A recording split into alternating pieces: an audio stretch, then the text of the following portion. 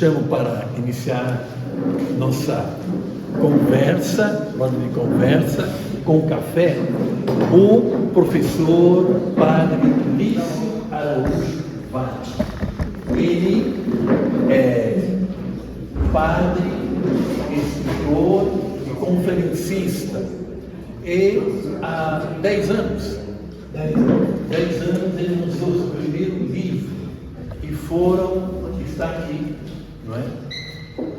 Foram deixados para trás 2 pontos, uma abordagem sobre o suicídio, que já é um best-seller. É um livro muito fácil de ser lido, não é? Sem o compliquez da ciência da psique ou da alma, não é? Ou do espírito, como queremos chamar, não é? E onde ele aborda, a partir da experiência dele, a questão do suicídio e saúde mental. E lendo os livros, isso são vários livros. Inclusive ele tem um livro que você pode fazer o QR Code e ouvir a palestra. Pode ser usado nas escolas, nos grupos de jovens, nos grupos de base, não é? Mas ele vai falar sobre isso também. E mora aqui pertinho, então é um prazer de acolher o Lício Araújo Vaz em nosso meio. Bem-vindo ao nosso grupo. Somos todos ouvintes. Bem-vindo, queridos. Obrigado, Fez, obrigado pelo convite. É uma alegria grande para mim estar com vocês nesta manhã, nessa curta palestra de 3h30, que é para não cansar vocês, né? E a minha proposta seria falar em torno de uns 50 minutos, 1 hora no máximo, e depois abrir para a gente conversar, bater papo, né? Eu sou especialista em suicidologia, essa nova matéria que nasceu no ano 2000 e foi fundada por um psicólogo americano chamado Dr. Edwin Schneider. E a minha experiência com a suicidologia foi nesse sentido, a partir de uma experiência pessoal. O meu pai se matou, então eu tinha 13 anos de idade e ele 43, e eu sou filho único. Então foi a partir da minha experiência pessoal que esse assunto do suicídio entrou muito cedo na minha vida. E claro que teve repercussões muito sérias na minha saúde mental, né? Eu fiz terapia durante mais de 30 anos,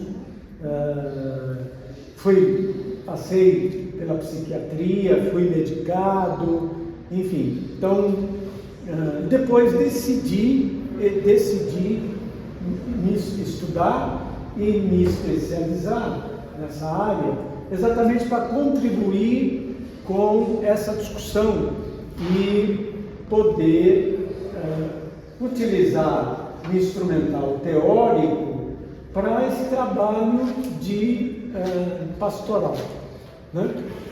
Então a gente vai falar um pouco sobre saúde mental. Eu vou retomar algumas coisas, por exemplo, que a Rita falou, mas eu quero começar com a definição do que seja. Antes. O título do livro é E Foram Deixados para Trás. E por que esse título? Porque quem morre por suicídio, se sente deixado para trás, por causa da dor psicológica e emocional.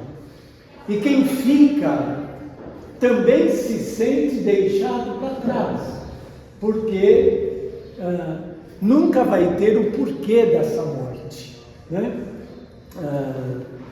Então daí o título do livro, E Foram Deixados para Trás. Então eu pretendo, nesses 50 minutos, 1 hora, falar um pouco do que é o suicídio, quais são as suas causas, os seus fatores de risco, e sobretudo como prevenir. Segundo a Organização Mundial de Saúde, o suicídio pode ser prevenido, né? Inclusive, como dizia o Guto, a gente pensar políticas públicas, porque o suicídio também é uma questão de política pública. Bom, vamos começar. Eu quero começar pela definição da palavra suicídio. A palavra suicídio é a junção de duas palavras do latim: sui, si mesmo, cedere, se escreve K-C-A-K-E-D-E, cedere no latim, que é a ação de matar. Sui cedere. A definição mais básica do que seja suicídio é essa: suicídio é o ato de matar a si mesmo. A Organização Mundial de Saúde tem uma outra definição. A Organização Mundial de Saúde define o suicídio como um ato deliberado tomado pelo indivíduo de forma consciente, cuja intenção seja a própria morte, usando para isso um meio que a pessoa acredita que vai matá-lo. Só para a gente ter noção do que nós estamos falando, vamos dar uma olhadinha nos números. A minha fonte é o relatório da Organização Mundial de Saúde de 2021. Cerca de 1 milhão de pessoas se matam no mundo por ano. 42 pessoas se matam por dia no Brasil. Para a gente ter noção do que é isso, eu costumo dizer que isso é um ônibus lotado que cai numa ribanceira por dia e morre todo mundo. O suicídio é a segunda causa de mortes entre adolescentes e jovens no Brasil. Só perde para a violência urbana. Então, na faixa dos 15 aos 39 anos, o suicídio é a segunda causa de morte entre adolescentes e jovens. E no Brasil é a faixa etária onde os números mais crescem. A gente precisa entender o seguinte: o suicídio, ele é um fenômeno complexo, ele não é um fenômeno simples, e ele é multifatorial. Ele é provocado por diversos fatores que se associam. Então, normalmente, nunca é por um único fator. São vários fatores que se associam. Fatores psicológicos, fatores sociais, fatores familiares, né? Vamos começar vendo alguns fatores. E aí retomo um pouco a fala da Rita. A grande maioria das pessoas que atenta contra a própria vida tem um transtorno mental e ou emocional diagnosticável. E a grande maioria, bem lembrou a Rita, por preconceito, não procura um profissional de saúde mental.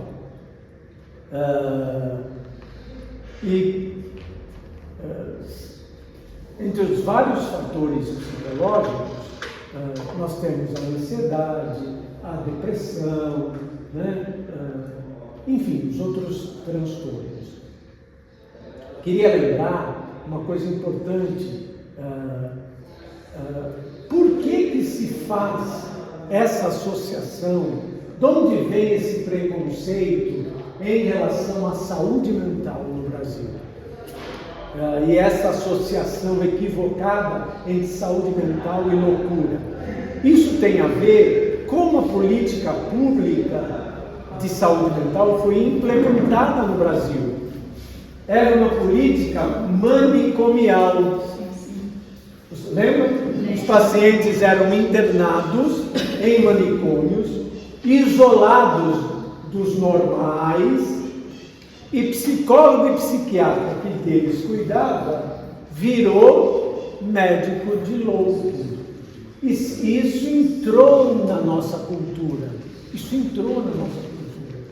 Então, daí o preconceito, ou essa ligação equivocada entre saúde mental e loucura. Para mim, pessoalmente, a melhor definição que se tem de loucura, para mim quem dá é o Lacan. O Lacan diz que a loucura é a perda da noção de pertença. Você enlouquece quando você perde a noção que você pertence a si mesmo, que você pertence a uma família, que você pertence à realidade. Então, a saúde mental, a loucura, é um dos transtornos mentais, né? Então, a grande maioria tem um transtorno mental ou emocional diagnosticável e, por puro preconceito, não procura um profissional de saúde mental. Há fatores familiares, por exemplo, briga entre família, separação conjugal, rejeição, acontece sobretudo com homens, rejeição na separação conjugal. O homem não aceita a separação, aí ele vai lá, comete o feminicídio, mata a companheira ou a ex-companheira e depois ele se mata. Isso está ligado também ao machismo, isso está ligado também àquela cultura de não vai ser mais minha, não vai ser mais de ninguém. Fatores sociais. Desemprego é fator de risco para suicídio. Por quê? Porque no desemprego, a primeira coisa que vai embora é a nossa autoestima. Segundo, há um empobrecimento, né? Há uma perda de status socioeconômico. Por quê? Porque as dívidas continuam vindo, né? E você não tem recursos para pagar suas dívidas, ou mesmo se manter. Além de fatores sociais, as mulheres tentam mais suicídio que os homens, mas o número absoluto de mortes é maior em homens. Então, as mulheres tentam mais, mas o número absoluto de mortes é de homens. Por quê? Porque os homens usam métodos mais eficazes. Meu pai, por exemplo, sai de casa, dá um beijo na boca da minha mãe, como ele fazia sempre para trabalhar, e se joga debaixo de um caminhão. Embora essa minha fala seja muito machista, aparentemente muito machista, ela é um dado da OMS. A mulher, às vezes, tenta o suicídio por medicamento e erra na dosagem, consegue ser salva, ou vai fazer o nó para o enforcamento e não tem força para dar o nó, e o suicídio não é consumado. Então as mulheres tentam mais do que os homens. Estado civil, a maioria das pessoas que morrem por suicídio é solteiro, solteira, viúva, sozinho, com poucas relações afetivas e sociais.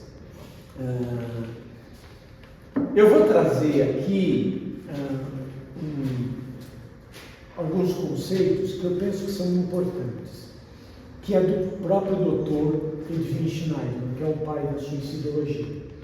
Ele diz o seguinte: o objetivo comum do suicídio é procurar uma solução. A pessoa busca, na própria morte, solucionar o problema que ela está vivendo.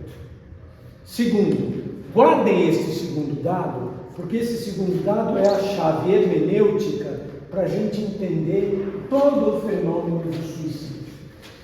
O Schneiderman diz que o estímulo comum é a dor psicológica insuportável. Então, para o Schneiderman, o suicida não quer matar sua vida, ele quer matar a sua dor mental, a sua dor emocional que para ele beira as raias do insuportável. Está claro até aqui? Sim. Eu estou feliz porque ninguém dormiu ainda. Que bom, né? Foi bom, obrigado por ter feito, trazido o café. Né? Eu fiz o café. Você que fez o café. Não, deu outras 8 horas. Obrigado por você ter feito o café, porque até agora ninguém dormiu. Então, a gente precisa entender isso. O suicida, ele não quer matar sua vida, ele quer matar a sua dor. Eu não sei se vocês repararam que o tempo inteiro eu estou falando em morrer por suicídio. Em nenhum momento vocês me ouviram falar cometeu suicídio. E por que isso? Vamos adequar a nossa linguagem. Evitem dizer, fulano de tal cometeu suicídio. O mais adequado é dizer morreu por suicídio. Porque se o suicida não quer matar a sua vida, mas matar a sua dor, ele é tão vítima da sua dor, como dizia a Rita, como uma pessoa que tem diabetes e não toma insulina. É vítima da sua diabetes. Né? Então, esse conceito é importante para a gente entender. O suicida não quer matar sua vida, ele quer matar a sua dor mental e emocional, que para ele beira as raias do insuportável. Fica insuportável viver. Por exemplo, entre outros fatores sociais, lembrei de falência. A pessoa tem uma pequena empresa ou um grande empresário e ele entra em falência. Aí deixa dívidas, vergonha e também é um fator grande de risco para suicídio. O suicídio, ele é um processo que vai evoluindo com o tempo na vida da pessoa. Às vezes, existe suicídio por impulso? Existe. Ele é muito comum em adolescentes, sobretudo. Porque o adolescente normalmente é impulsivo, né? Agora, a grande maioria passa por um processo chamado comportamento suicida. O suicídio, na verdade, ele é um comportamento. Então, aqui por trás, né, atrás do comportamento, tem sempre dor mental, dor emocional. E o primeiro estágio do comportamento suicida, a gente chama de ideação suicida. A pessoa começa a ter pensamentos recorrentes de morte. Ela começa a pensar na morte como saída, como solução do seu problema, da sua dor. Nesse estágio, ela já está em comportamento suicida. Então, a primeira fase são os pensamentos. Essa dor não olhada, não tratada, não cuidada, a pessoa evolui para a segunda fase do processo. Ela planeja. É a fase que a gente chama de plano ou planejamento. Então, ela não só pensa, mas ela planeja. Nessa fase de planejamento, ela normalmente escolhe ou decide possível local, possível forma, possível horário. E eu sou professor de pós-graduação num curso de pós-graduação em suicidologia. E eu tinha um aluno, só para colocar um exemplo, eu tinha um aluno na pós-graduação chamado Felipe. Ele era assim muito extrovertido, muito brincalhão, e eu comecei a perceber mudanças comportamentais nele. Na minha matéria, ele sempre tirava 9, 10, 9, 10, caiu para 6, 6,5. Falei, opa, aqui tem coisa. Comecei a observá-lo, e ele é muito alegre, expansivo, extrovertido. Comecei a perceber ele mais quieto, ele mais deprimido, e chamei ele para uma conversa. Disse, Felipe, cara, o que está pegando? Ele começou a me falar algumas coisas da vida dele, sobretudo a relação familiar muito conflitiva. E aí eu faço a pergunta, Felipe, você está pensando em se matar? Ele virou e disse a seguinte frase para mim, prof, eu vou me matar. Enforcado, dia 25 de dezembro, é o dia que os meus pais fazem 25 anos de casado, eu tenho ódio da minha família. Quando eu pergunto, eu estou pensando que ele está na fase de pensamento, mas ele já tinha planejado. Então, do pensamento, a pessoa evolui para o planejamento. Se essa dor não é olhada, não é tratada, não é cuidada, quer seja por políticas públicas, como o CAPS, por exemplo, ou por psicólogos e psiquiatras, profissionais de saúde mental, se essa dor não é olhada, não é tratada, não é cuidada, a pessoa evolui para a terceira etapa do processo, que é a chamada tentativa de suicídio. O que é a tentativa de suicídio? Nada mais é que a pessoa tenta executar o plano que ela traçou. Se ela obtém êxito, o suicídio está consumado. Então dá para perceber, o suicídio é um processo que vai evoluindo com o tempo na vida da pessoa. Como a gente não fala de suicídio em lugar nenhum, existem muitos mitos sobre a questão do suicídio. Mas antes de falar dos mitos, é preciso dizer uma coisa importante. Normalmente a pessoa em comportamento suicida, ela dá sinais. O Robertson contou para nós o caso de uma pessoa que aparentemente não tinha dado sinal nenhum, né? A grande maioria dá sinais. A emoção sempre presente no suicídio, segundo Schneiderman, é a ambivalência. A pessoa oscila entre momentos de querer viver e de querer morrer.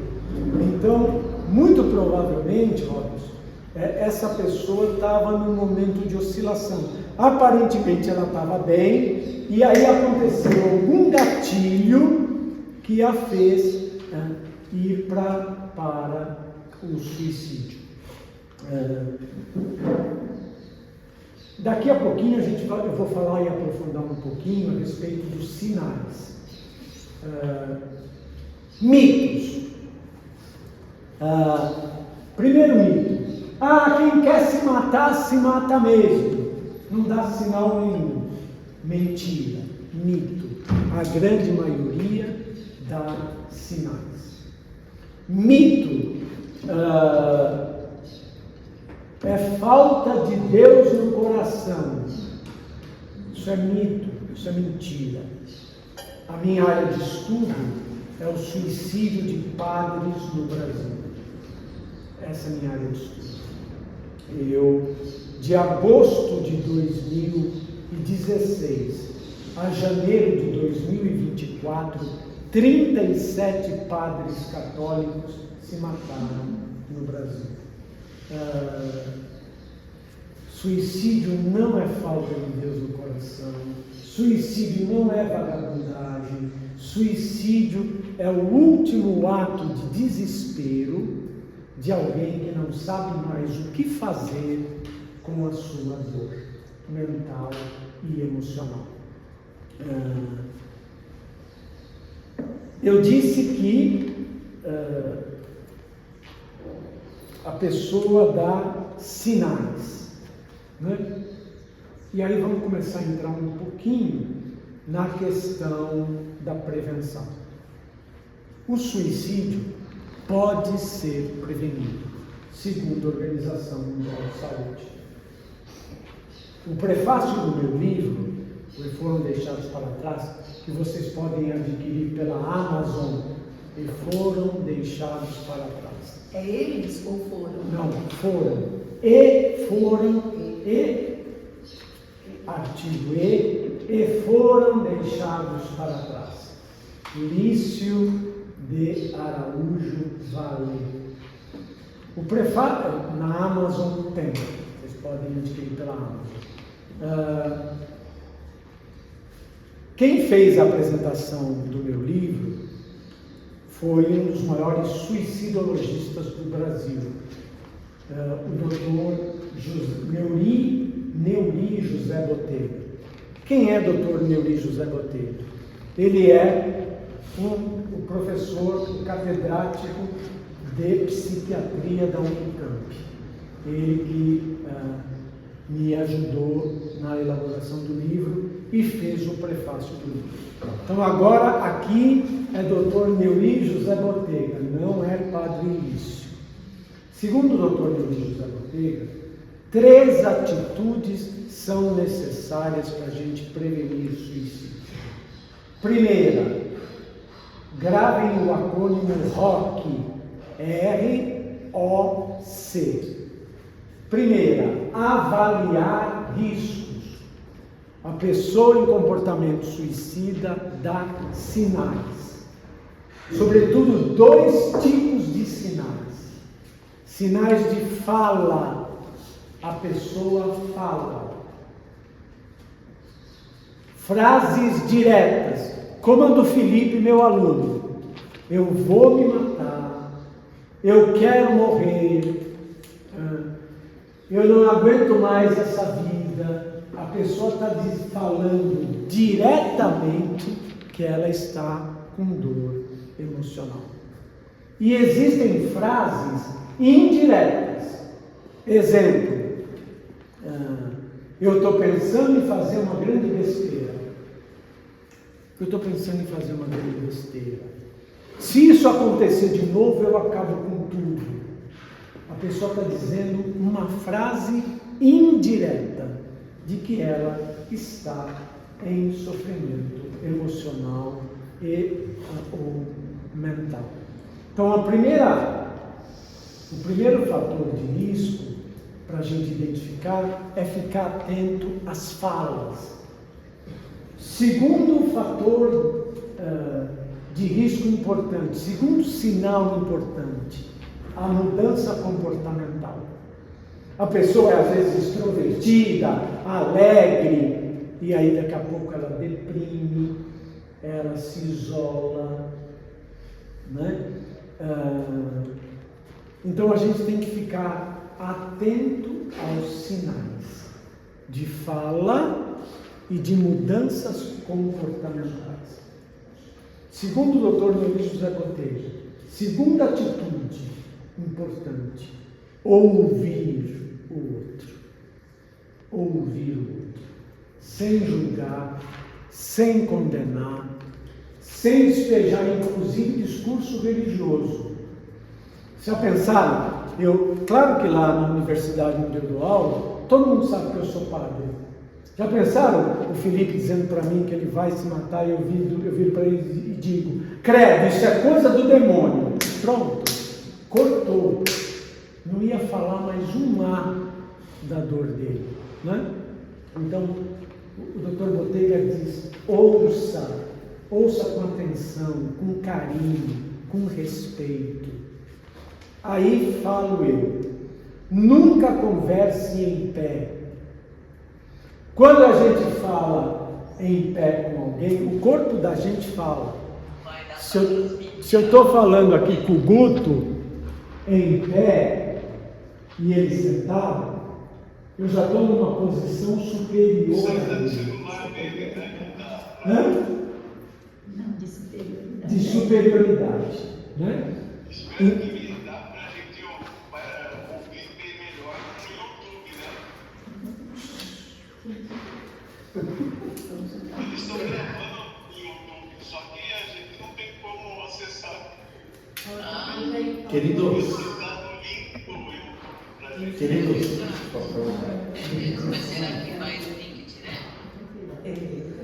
Vai, eu já olha, participei. ó, vamos fazer o seguinte, nós vamos cortar vocês estão falando demais aí.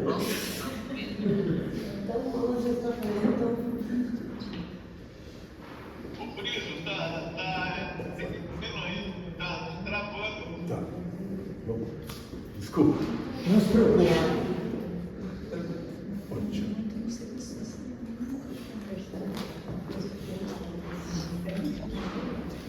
Não se preocupe.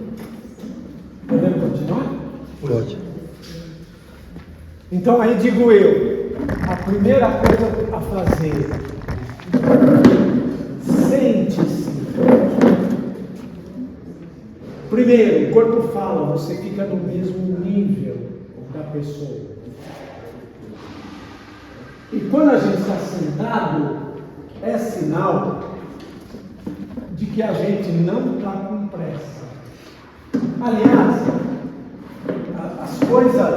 as coisas mais prazerosas nas relações sociais que temos, a gente faz sentado.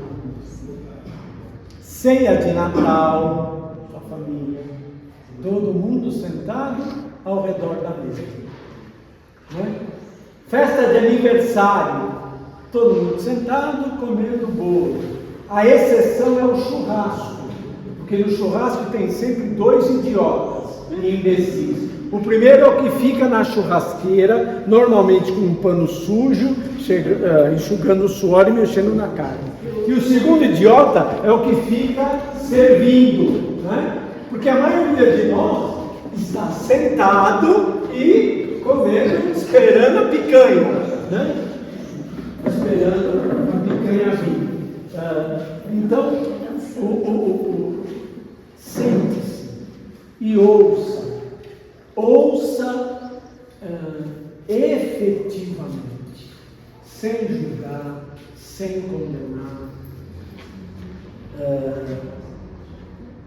Terceira atitude: conduzir, encaminhar a pessoa a um serviço de saúde mental ou a um profissional de saúde mental,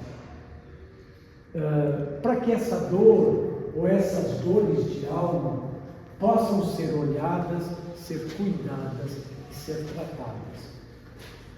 Existe a política pública, né? Eu disse que o suicídio também é uma questão de saúde pública. Existem os CAPs, né? Eu não sei aqui em Guarulhos como é que funciona, mas eu, viajando esse Brasil de meu Deus, em muitos CAPs, a equipe não é completa. Como dizia o Guto, às vezes tem um psiquiatra, mas não tem um psicólogo. Às vezes tem um psicólogo, mas não tem um psiquiatra. Agora eu dou um dado, que é do Ministério da Saúde. Nos municípios onde existem CAPs, se reduzem 14% os índices de suicídio. Então é importante que se reforce a política pública de atendimento à população, porque a grande maioria, a saúde mental no Brasil, ela é muito cara, né? Então a grande maioria da população busca através do sistema SUS, via CAPS, né? Inclusive o encaminhamento é feito pela UBS. Né? A UBS é que manda e dá um encaminhamento para o CAPS. Mas o Dr. Botega diz, né, que o mais importante é tentar motivar a pessoa a se cuidar. E às vezes tem que conduzir mesmo, porque a pessoa está num estágio avançado de depressão que ela não tem condição nem de sair da cama. Às vezes você tem que pegar a pessoa literalmente e conduzi-la. Falando um pouquinho sobretudo da depressão, né? A depressão ela é um grande fator de risco para suicídio. Atenção, eu não estou dizendo que toda pessoa que tenha depressão vá se matar. Eu estou dizendo que o transtorno de depressão ele é um dos grandes fatores de risco para suicídio. A depressão é um transtorno mental e emocional, caracterizado por desânimo, falta de esperança, uma tristeza profunda, embora aqui tenha psicólogos, eu não sou psicólogo, mas tem psicólogos aqui que podem até depois no nosso bate-papo enriquecer essa discussão. Uma tristeza profunda. Qual é a diferença entre depressão e tristeza? A tristeza é uma emoção que todos nós temos. E normalmente a tristeza está ligada a alguma perda. Eu fico triste se o meu time, eu sou da Zona Leste de São Paulo, sou favelado, maloqueiro, né? Aqui é Corinthians, então assim, enfim. E aí o meu time perde o campeonato, eu fico triste. Morre o meu pet, o meu cachorro, que viveu comigo lá há 14 anos, eu me entristeço, eu estou num processo de luto.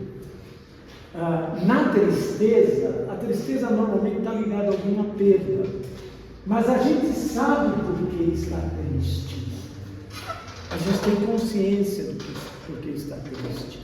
Na depressão, às vezes a pessoa chora, você pergunta, mas por que você está assim? Por que você está chorando? A pessoa vira e diz, eu não sei. Então, a depressão, ela é um dos fatores grandes de risco para suicídio. E sobretudo, ela cresce assustadoramente em faixas etárias cada vez menores. A Organização Mundial de Saúde tem detectado diagnósticos de transtorno de depressão em faixas etárias cada vez menores. Para vocês terem noção, hoje no Brasil tem crianças de 7 anos de idade se matando. 7 anos de idade. Porque é por volta dessa faixa etária que a gente toma consciência do que é a morte. A morte, fala um pouquinho de morte, para a gente ter a consciência da morte, em média, surge na criança por volta dos 6, 7 anos. E para a gente ter a consciência da morte, 3 conceitos têm que estarem conscientes em nós. Primeiro, a irreversibilidade. Ninguém volta da morte. Morrer é um ato definitivo. A irreversibilidade da morte. Segundo conceito importante. A morte, além de irreversível, ela é definitiva. É um fim, é a finitude da vida. Claro que para nós existe vida eterna. Estou falando do ponto de vista da ciência. Terceiro fator, terceiro conceito importante. Ela, além de irreversível e definitiva, a gente rompe definitivamente o vínculo ou os vínculos, né?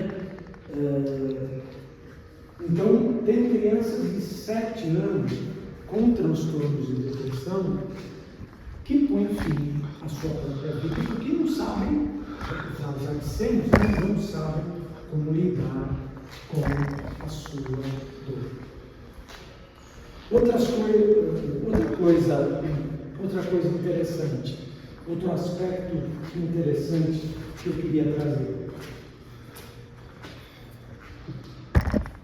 O que fazer? Está claro até aqui? Sim. Tranquilo? Tranquilo. O que fazer? Primeiro, o que nunca fazer. O que nunca fazer. Ignorar a situação. Às vezes a gente percebe lá no convívio familiar, lá nas comunidades que a gente visita, lá no trabalho, e a gente finge que não é com a gente. Se você perceber alguém próximo de você, que você percebe claramente que ela está em sofrimento, aproxime-se dela. Né? Voltando ao ouvir do Dr.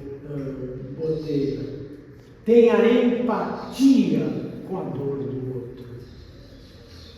Tenha empatia com a dor do outro. Nunca julgue a dor do outro. Mas está querendo se matar por causa disso? Você brigou com o crush? O seu crush? O que é crush? Não é aquele refrigerante laranja que eu, você, quando éramos jovens, tomávamos. Crush.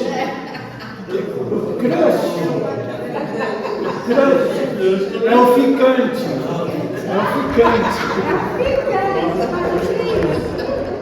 Não é aquele refrigerante laranja que nós tomávamos. Aí você vira e diz assim, um adolescente ou você está querendo se matar por causa disso? Gente, eu vi essa cena. Ninguém me contou. Vou dar um exemplo para vocês. Eu nunca vi um desrespeito maior pela dor de outro do que essa cena que eu vivi.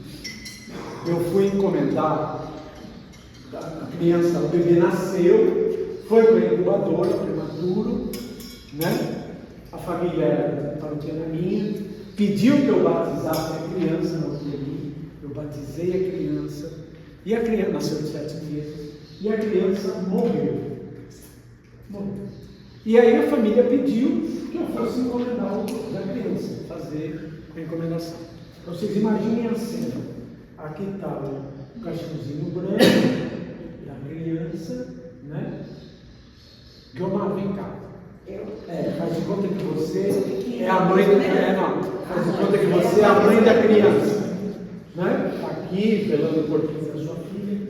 Aí vem uma dessas ratazanas de igreja, né?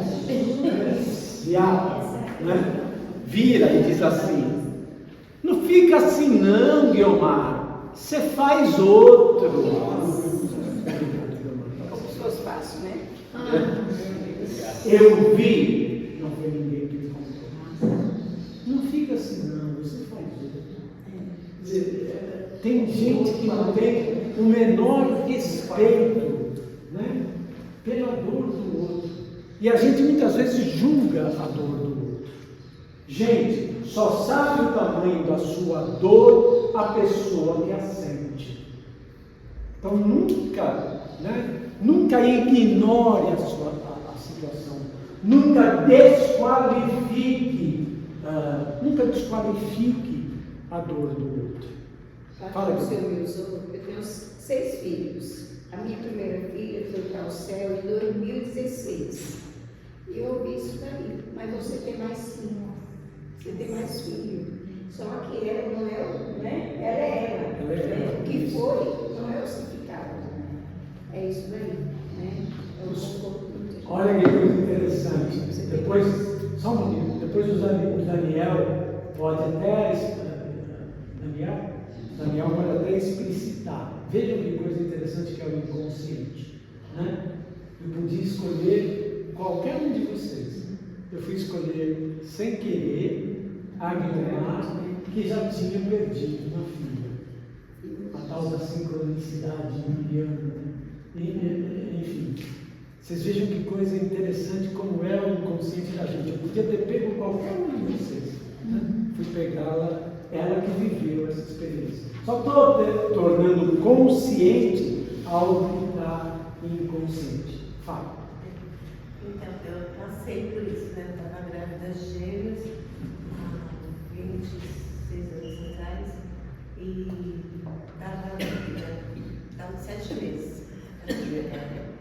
Foi uma experiência, né? Com gêmeos. Então, infelizmente, eu perdi. E todos que foram visitar, assim, a dor assim, era intensa, mas só que eu fiz o máximo que eu pude. Né? Por quê? Não, mas você nem chegou a ver. É absurdo. Você nem chegou a ver. Ah, isso daí acontece, né? Minha família muito bem cuidou do filho, né? Então, eu vi. Não cai uma folha de uma árvore, se Deus me quiser. Foi permissão de Deus. Ninguém perguntou. Chora, só por sua dor, ó. Então, meu ombro aqui para você chorar. Então, é uma coisa assim que eu realmente não conheci, mas eu, desde quando eu fiquei sabendo que estava grávida, fazia parte de mim, já era um filho. Claro. Então, É filho. difícil. É filho ser. Pessoas não têm, assim, a melhor coisa, às vezes, é o silêncio e você falar, estou aqui. Eu costumo dizer, estou aqui, são 2 palavrinhas, ou 3 palavrinhas. Abrace e diga, de verdade, se você estiver sentindo, eu sinto muito. Outra palavra, toma meu copo, fica um para você chorar, tamo junto. Né? Vocês vejam como é comum o desrespeito à dor do outro, a falta de empatia na dor do outro. E já te dou a palavra, Rita, só para a gente, só para eu concluir o raciocínio. Então veja, se o suicida quer matar a sua vida, para a gente poder acolhê-lo, ouvi-lo e encaminhá-lo, a gente precisa acolher essa dor. Né? É preciso acolher essa dor, cuidar dessa dor, né? Buscar tratar dessa dor. Fala. Eu acho muito incentivo isso. Uma das coisas que mais adoece, que mais traz sofrimento e que mais faz com que cada vez cresça esse número é o senso comum, é a falta de informação. Se a pessoa não tem a sensibilidade, ela não tem, sabe? Porque ela está preocupada com o Big Brother, com a não é problema meu de quem se isso, não é nada disso. Mas eu estou dizendo assim, o senso comum mata, gente. Ele mata todos os dias.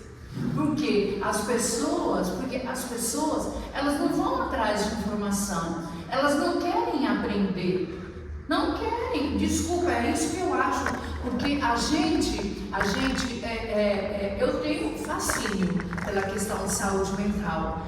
Então, se eu estou com o meu celular, eu estou ali, procurando, alguém me der uma dica de um autor, de um livro interessante, porque eu também quero me conhecer, quero saber o que eu tenho, quero saber o que eu preciso fazer para que eu melhore.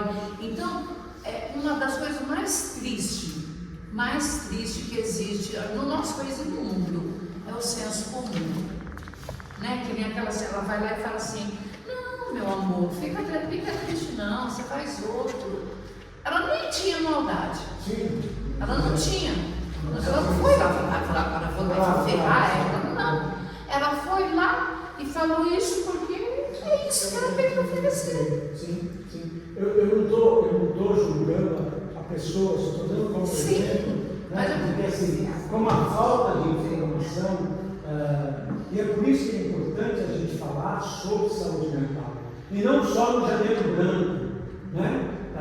Falar de saúde mental o tempo inteiro. Falar sobre suicídio, não só no Setembro Amarelo, né? Mas porque esses assuntos são assuntos tabus. Já expliquei o tabu da questão da saúde mental. Na questão do suicídio, o assunto é tabu porque ela envolve aspectos familiares. A família, normalmente, onde aconteceu um suicídio, ela é julgada inconscientemente. Essa família não deu conta desse familiar. Então as famílias se fecham, né? As instituições não falam para preservar sua imagem institucional, né? Então na escola, se morre um aluno, a escola fica quieta, não fala, né? Então paira sobre a questão do suicídio e da saúde mental em geral, um grande pacto de silêncio. Por isso que é importante a gente quebrar, porque a Rita tem razão. Quanto mais a gente tem informação, mais a gente faz prevenção. Você só faz prevenção com informação qualificada. Eu sou da geração, acho que isso também, nós somos sobreviventes, a nossa geração do friso é sobreviventes. Nós sobrevivemos a duas grandes pandemias. A pandemia de AIDS, nos anos 80, 90, e a pandemia de Covid. Não sei se o friso lembra, mas no início a gente achava que AIDS se pegava como Covid, pelo ar. Eu trabalhava na aviação Cometa e eu pegava um busão cheio, todo dia para ir trabalhar. Em julho estava aquele frio, né? As janelas do ônibus tudo fechado, vidro embaçado. A gente abria a janela para entrar vento para não pegar Covid. Perdão, AIDS. Para não pegar AIDS. Aí depois vem a informação qualificada. Não, AIDS não se pega assim. AIDS é uma doença sexualmente transmissível. E aí você começa, com informação qualificada, a fazer prevenção. Por isso é importante que a gente fale, é importante que a gente tenha informação. Não te cortando, não querendo te cortar, mas já te cortando. Eu era padrinho novo, em 86. A mulher falou: pai, meu filho está morando em casa. Eu falei: vou lá, qual é a doença? AIDS. Eu falei: outra, acabou de pegar AIDS também. Aí eu falei: por Jesus eu vou. Aí cheguei lá, um homem magérrimo, maior que o senhor, forte. Ela o colocou um pouco sentado, que é médico. E eu não sabia se eu punha mão perto ou longe, se eu tocava ou não, de medo de pegar AIDS. Não sei se só estou reforçando o que a Rita falou, né? No caso da saúde mental e no caso específico do suicídio, é importante falar, é importante dar informação, né? É importante que a gente tenha informação qualificada para trabalhar a prevenção, né? E como diz o Ortega, implica em identificar os sinais, ou ouvir e acolher e motivar, conduzir a pessoa a um profissional de saúde mental. Então, o que nunca fazer? Ignorar a situação. Vamos voltar lá, né? Ignorar a situação. Nunca, em hipótese nenhuma, desafiar a pessoa a ir em frente. Eu tenho um amigo que hoje está aposentado, ele é tenente-coronel de Polícia Militar do Corpo de Bombeiros. E ele foi atender, há uns 6 anos atrás, ele ainda estava na ativa, ele foi atender uma ocorrência. Vocês conhecem o viaduto do Chão em São Paulo? né? Todo mundo conhece, viaduto do chá. Debaixo do viaduto do chá tem uma passarela de pedestres, né? Tem um jovem aqui, pronto para pular na 23 de maio, sei lá, não lembro daquela rua lá, na avenida. Qual é a estratégia do Corpo de Bombeiros? Fizeram o rapaz virar, ele aqui no pontinho, e esse amigo meu estava na negociação, negociando com o rapaz, né? Tentando chegar perto, se aproximar, para que ele, virado aqui para o meu amigo, o negociador, não visse um outro bombeiro que estava vindo por trás, né, para puxar. Deu para entender qual era a situação? Ele me conta essa história e ele disse: no início a gente estava quase conseguindo o carro, mas tinha um grupinho lá embaixo gritando: pula. Então nunca, em hipótese nenhuma, desafia a pessoa a seguir em frente. Conceição. Ela não está foita, ela está triste, Escutando a história. Então, Padre Lício, tem uma questão que eu depois, se der para você falar, é sobre a dependência de álcool, se leva a suicídio ou não. Mas o que eu queria relatar, assim, eu vivenciei acidente de casa com a minha irmã, fiz o conhece. Ela perdeu o filho na Via Dutra, numa moto, com 21 anos. E aí ela ficou muito mal, né? Ela estava no alto, saiu correndo, mas aí o carro não entrava na Dutra, aí ela desceu correndo, mas já sabia que estava parado porque o filho estava lá no chão. Aí ela começou a tentar o suicídio. Ela falava que não tinha sentido, não queria. Aí todo mundo falava assim: isso é coisa boa, eu tenho uma filha a mais, tenho uma filha. E eu ouvia, buscava, conversava, tentava, e ela falava que não queria viver. Aí chegou um determinado dia, ela foi almoçar em casa e falou: quero ir embora. Eu: não vai agora, não, vamos embora. Aí ela foi, aí eu ligava a noite toda, não atendeu. Passou a noite ligando, não atendeu, passou o dia. Aí no dia de tarde, a filha dela não falou: mas ela. Aí ela largou a casa, largou o marido, largou a filha e foi embora. Pegou a bolsa, não quis mais ficar naquela casa porque o marido não compreendia, dizia que era frescura e começou a usar até a roupa íntima do filho e ela não conseguia trabalhar vendo aquilo. Aí ela pegou, quando a gente tentou abrir uma casa que ela estava, ela tinha tomado todo o remédio, dado para o gato e dado para o cachorro não latia o gato. Aí ela estava, aí chegou o ex-marido, que ela tinha largado a criança, e falou: vou levar agora para internar, vou largar lá, e eu não quero saber dela, vou deixar ela morrer. Aí eu falei: não, e comecei, e ele falou: não, deixa, eu vou pôr no manicômio. Eu falei: não, a vida toda nós lutamos contra isso na saúde pública, nós não queremos manicômio, isso não. Aí eu falei: deixa comigo. Aí eu comecei a cuidar, dar água de coco na boca, água de coco, abracei e pus na cama. E ela recuperou, né? Aí a gente investiu psiquiatra, psicólogo, né, que foi muito importante na vida dela, mas nunca mais eu pude largar ela. É sempre, essa semana ela falou: eu não estou com vontade de nada. Aí eu busco, ela vai em casa, ela continua. Então, aí chegou uma pessoa e falou assim: é falta de Deus, falta de fé, vamos para a igreja, não tem fé não, isso é coisa do diabo.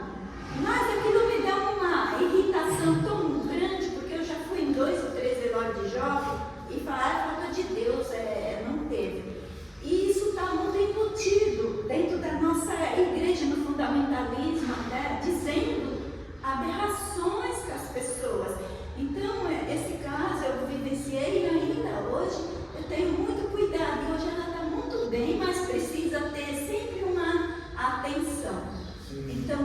são vivências que a gente passa e que muitas vezes a sociedade, como a Rita fala, as pessoas que estão em torno, derrubam o buraco, como esse caso que o senhor acabou de relatar. As pessoas começam a é falta disso, é falta daquilo, é falta de amor. Você não tem uma filha?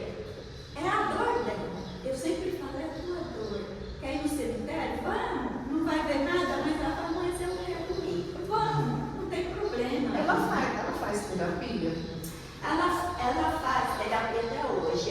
Faz Uma vez por semana, ela fazia direto, toda semana. Agora já deu um tempo, mas já faz 4 anos.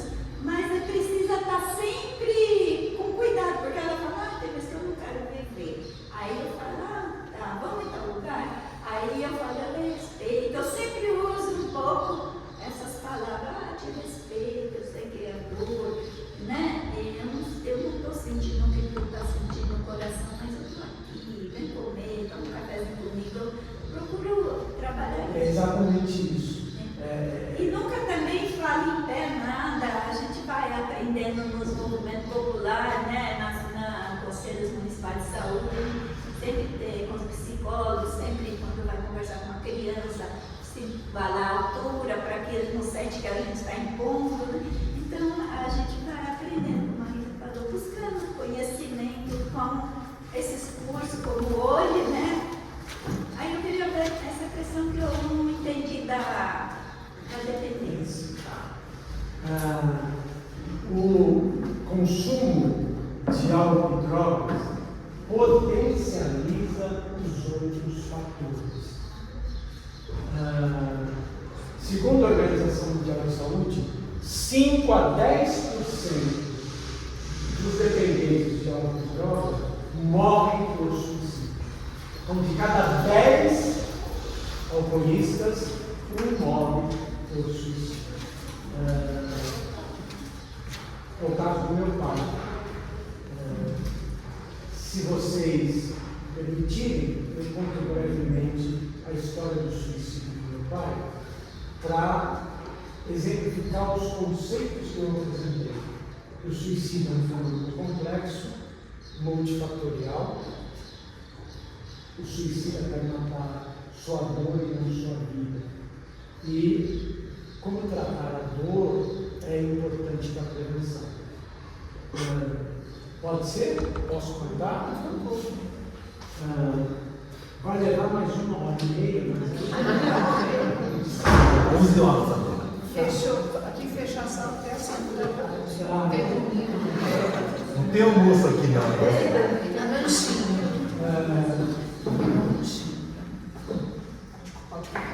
Meu pai morre por suicídio, ele era militar, saiu fardado de casa com um revólver 38 na cintura, saiu do quartel, dá um beijo na minha mãe e se joga debaixo de um caminho. Não tem o menor sentido essa imagem. Ele pegou o revólver e me deu, estava armado, fardado. Isso foi devastador na minha vida pessoal. Tinha 13 anos. Aquela fase em que o filho homem se identifica com a figura do pai é o herói. Eu fiquei muito mal. E fui buscar uma terapia. E um dia meu terapeuta falou assim para mim: Isso, você conhece a história da vida do seu pai? Estou contando isso para falar da dependência e dos outros fatores. Eu disse: Não, eu sei que meu pai é filho adotivo. Aí ele falou assim: Cara, tenta levantar a história dele para ver se a gente acha nela alguma coisa que nos ajude a entender o que aconteceu. Meu pai nasceu. Aí eu fui buscar, fui a Natal, no Rio Grande do Norte, falar com a minha avó, a mulher que tinha adotado meu pai. Meu pai era filho adotivo. E aí a minha avó conta uma parte da história da vida do meu pai que eu não conhecia e brevemente conto para vocês. Meu pai nasceu em 1927, daqui a 2 anos ele faria 100 anos, numa cidadezinha do interior da Paraíba, muito pobre, chamada Catolé do Rocha, filho de uma família sertaneja muito pobre. Não se tem notícias do meu avô biológico. A minha avó biológica, os seus 6 filhos, como milhares de famílias nordestinas, migram com um grande movimento migratório, sobretudo na década de 30, por conta da grande seca de 1932. Em 1932, aliás, isso tem uma coisa que muito pouca gente sabe no Brasil. Houve campos de concentração no Brasil. O governo Getúlio Vargas construiu campos de concentração em Fortaleza, em Recife, para acolher as famílias que migravam da grande seca de 1932. Quem se interessar pelo assunto, pode dar um Google, a grande seca de 1932. A grande seca de 1932, vocês vão ver lá toda a história. E a família do meu pai, biológica, era uma das famílias flageladas da seca de 1932. Eles perdem tudo e, para fugir da fome e da sede, migram. Naquela época no Nordeste havia a figura do caixeiro viajante, que era um pequeno comerciante que comercializava seus produtos. Os mais pobres tinham um burrico e a carroça, e os mais ricos um pequeno caminhozinho. Fugindo da fome e da morte, da fome e da sede, a minha avó biológica e seus 6 filhos, andando pela estrada rumo à cidade, viviam em sentido contrário, da cidade para os sítios, o caminhãozinho do caixeiro viajante.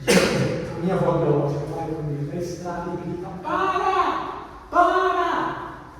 Ele encosta e ela diz para ele, em bom nordestinês da Paraíba: moço, pelo amor de Deus, me dê comida para meus bichinhos, porque nós estamos morrendo de fome. Ele vira para ela e diz: eu tenho o que você quer, e você tem o que eu quero. Ela começa a chorar, desesperada. A minha avó biológica diz: moço, não tenho dinheiro nenhum. Ele diz: não, só não entendeu. Dinheiro eu tenho, porque sou muito rico. Mas sou estéril, não posso ter filho. E a senhora tem 6. Me dê um dos seus filhos e eu lhe dou 20 quilos de comida. Sabe qual foi a resposta da minha avó biológica? Pode escolher. Ela virou e disse: nada muito pessoal não apareça. Eu quero aquele ali. Aí ela respondeu: ele gritou: não, é o mais velho, me ajuda a cuidar dos irmãos. Aí ela pega o caçula, que estava montado na saia dela, e diz: leva este, é o caçula. Esse menino era meu pai. Ele tinha 6 anos de idade, plenamente consciente de tudo que estava acontecendo. E a última imagem que meu pai guardou da sua família biológica foi essa. Ele sentado na mulher de um caminhãozinho de um homem que ele nunca tinha visto, que ele ia levá-lo para um lugar que ele não tinha a menor noção, ele trocado por 20 quilos de comida. Esse caixeiro viajante sai da Paraíba, vai para Natal, no Rio Grande do Norte, onde ele morava, um homem muito rico, subornou o dono do cartório, conseguiu registrar meu pai como seu filho legítimo, deu tudo para o meu pai: nome, sobrenome, estudo, dinheiro, mas a dor do abandono nunca mais largou a alma do meu pai.